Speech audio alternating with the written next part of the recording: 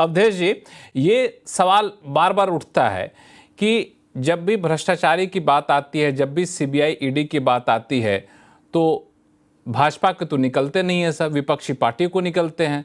विपक्षी पार्टी को लगता है कि जिस तरह के सब तक इतिहास रहा है, हो सकता है ऐसे ही दुरुपयोग हो एजेंसी का, और फिर उनके नेताओं को जेल में भेजा जाएगा और 30 दिन से पहले बेल मिलेगी नहीं और फिर उनको इस्तीफा देना पड़ेगा, कुर्सी छोड़नी पड़ेगी। ये एक डर है जो सता रहा है। लक्ष्मण जी, इस देश में अरविंद केजरीवाल जी और उनकी पार्टी के नेताओं को छोड़कर और एक अभी महाराष्ट्र तमिलनाडु के बालाजी सेंथिल बालाजी को छोड़ के, क्या इसके पहले कभी किसी नेता ने मुकदमा होने और गिरफ्तारी होने पर ऐसा हुआ कि वो जेल में भी रहा और शासन भी चलाया है, सबने त्याग पत्र दिया है? तो ये तो नॉर्मल स्थिति थी।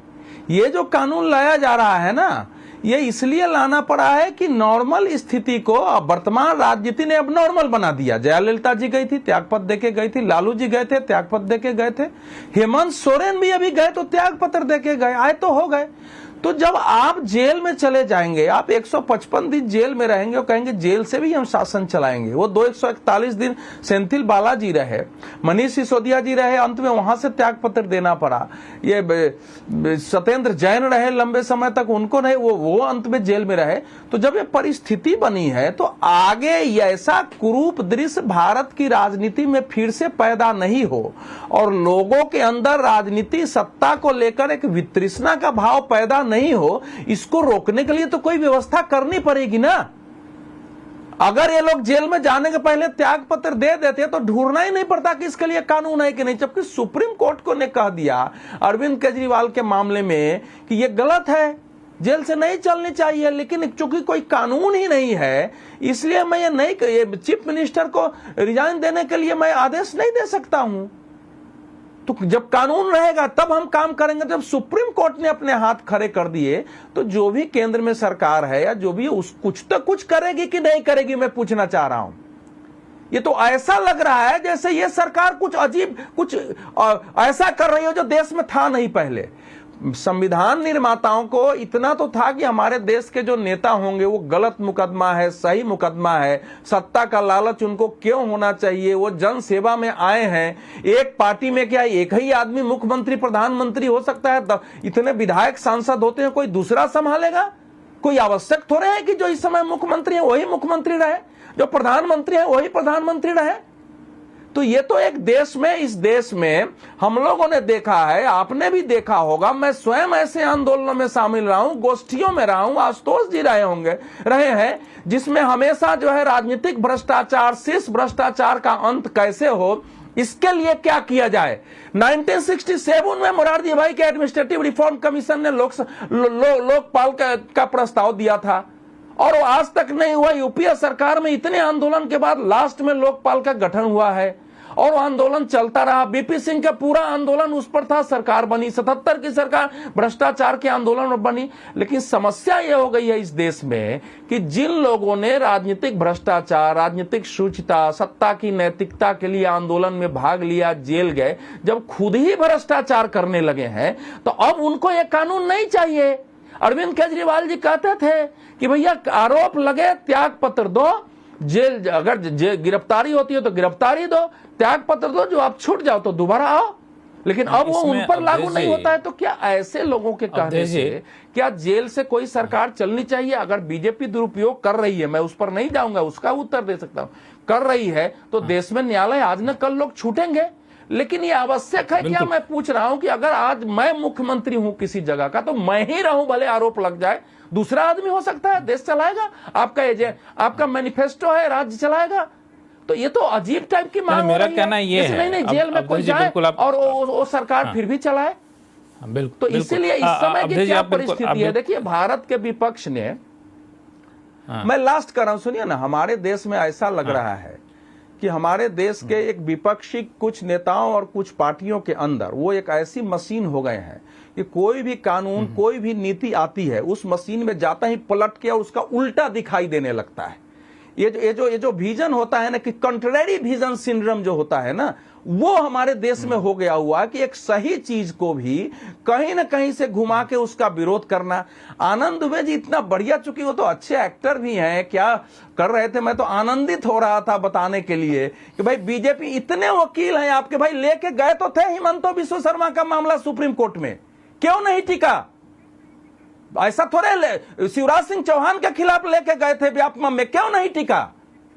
ऐसा तो है नहीं कि मामला नहीं गया है, सबको लेके जाया गया है, बार बार लेके जाया गया है। नरेंद्र मोदी के खिलाफ मामला लेके आप इतना सुप्रीम कोर्ट तक लड़ाई लड़ते रहे हैं, ऐसा है नहीं कि नहीं जाया गया है, ले जाया गया है। यही वकील दूसरे को बचाने में जाते हैं, लेकिन इनके नेताओं को अगर आज तक नहीं फंसा पा रहे हैं, 5 सेकंड देता हूं, फिर आशुतोष सर के पास जाऊंगा। आदरणीय कह दिया जाए कि भ्रष्टाचारी है। आदरणीय संजय राउत जी को ले तो गए थे आप जेल, ईडी 100 दिन रखा, हाई कोर्ट ने कैसी फटकार लगाई ईडी को और संजय राउत जी बाहर आ गए।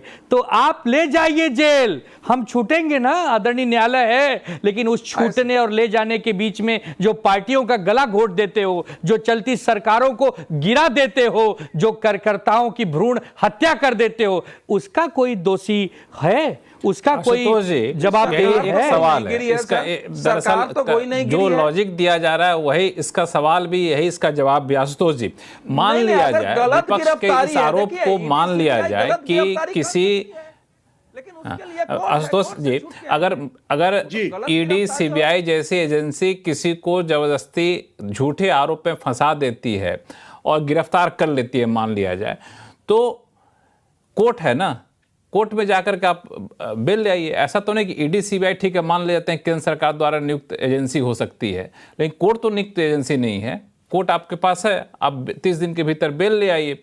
और जैसा कि अमित शाह कह भी रहे थे कि जब 30 दिन की तारीख तय की गई है तो एक अप्रत्यक्ष तौर पे कोर्ट पे भी दबाव पड़ेगा कि 30 दिन के भीतर भीतर उनके बेल की सुनवाई कर दीजिए। आशुतोष जी। लक्ष्मण जी, मुझे नहीं लगता कि आप लोगों में से कितने लोगों ने मुकदमा झेला, मैंने तो झेला है 4-5 मुकदमा। उन मुकदमों में क्या होता है, खाली एक केस आपके ऊपर हो जाए और आपको अंदाजा लग जाएगा कि जिंदगी कितनी तबाह हो जाती है और जिंदगी कितनी खराब हो जाती है। ये तर्क जो है ना कि अरे अदालत तो है, केस हो गया तो क्या हुआ, आप जाके वहां से छूट जाएंगे, ये बड़ा अधिनायकवादी और तानाशाही तर्क है। ये बेसिकली इस देश को डिक्टेटरशिप की तरफ ले जाने वाला तर्क है। मैं आपको एक जानकारी भी देना चाहता हूं। एक शख्स थे गुजरात की कैबिनेट में, उनका नाम था बाबूभाई बुखारिया। हमारे ख्याल से हमारे मित्र को पता होगा बाबूभाई बुखारिया। 54 करोड़ के माइनिंग स्कैम में उनका कन्विक्शन हो गया, 3 साल की सजा। नरेंद्र मोदी जी मुख्यमंत्री थे, उनका इस्तीफा नहीं हुआ। यह कौन सी नैतिकता थी? कन्विक्टेड आदमी जिसको कोर्ट ने कन्विक्ट किया था, वो नरेंद्र भाई मोदी जी की कैबिनेट में बने रहे, उनका इस्तीफा भी नरेंद्र भाई ने नहीं लिया था। अभी गूगल करिए, 2013 का मामला है ये। क्यों नहीं आपने इस्तीफा लिया था? लेना चाहिए। अगर भ्रष्टाचार के प्रति 0 टॉलरेंस है तो इस्तीफा लेना चाहिए।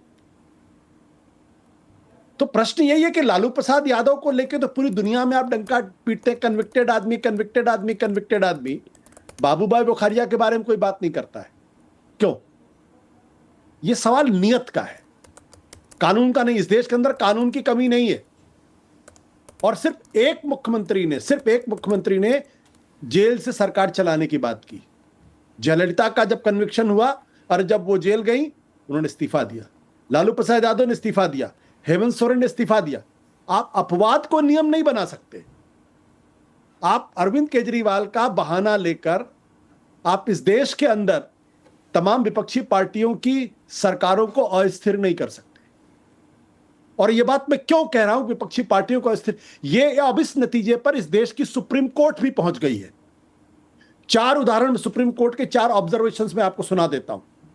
22 मई 2025 सुप्रीम कोर्ट ने कहा, ED is crossing all limits, you are totally violating the federal structure of the country. ED के बारे में सुप्रीम कोर्ट की टिप्पणी। 5 अगस्त 21 जुलाई 2025 कहता है, don't percolate the virus across the country, let political battle be fought before electorate. Why are you being used? Supreme Court ED से कह रहा है कि why are you being used? ये सुप्रीम कोर्ट की टिप्पणी है, जुलाई 21, 2025। 5 अगस्त, देयर इज अ पैटर्न कि आप बिना किसी सबूत के लोगों के खिलाफ केस दर्ज कर देते हैं, आरोप लगा देते हैं, और उसके बाद चीजें चलती रहती हैं। 7 अगस्त, कोर्ट ने यहां तक कहा, you don't act like a crook, ठग की तरीके से बर्ताव मत करिए, you have to act within द 4 कॉर्नर्स ऑफ द लॉ। यह सुप्रीम कोर्ट कह रहा है। मई, जुलाई, अगस्त, 3 महीने के अंदर 4 भयंकर टिप्पणियां एनफोर्समेंट डायरेक्टरेट के कंडक्ट पे हैं। यानी सुप्रीम कोर्ट भी इस निष्कर्ष पे पहुंच गया कि किस तरीके से एनफोर्समेंट डायरेक्टरेट का बेजा इस्तेमाल होता है। दूसरी बात, प्रधानमंत्री जी ने अजीत पवार के बारे में बोला था ना, 70,000 करोड़ के आरोपी, भ्रष्टाचार के आरोपी। ये तो प्रधानमंत्री जी ने कहा था। अगर अजीत पवार आरोपी थे तो अजीत पवार डिप्टी सीएम कैसे बन सकते हैं? या तो प्रधानमंत्री जी 70,000 करोड़ के आरोप की बात पर गलत बोल रहे थे और आप उन्हीं के साथ खड़े होकर चुनाव लड़ते हैं, वो डिप्टी सीएम बन जाते हैं, यानी इसमें उसके बाद सारे केस उनके माफ हो जाते हैं।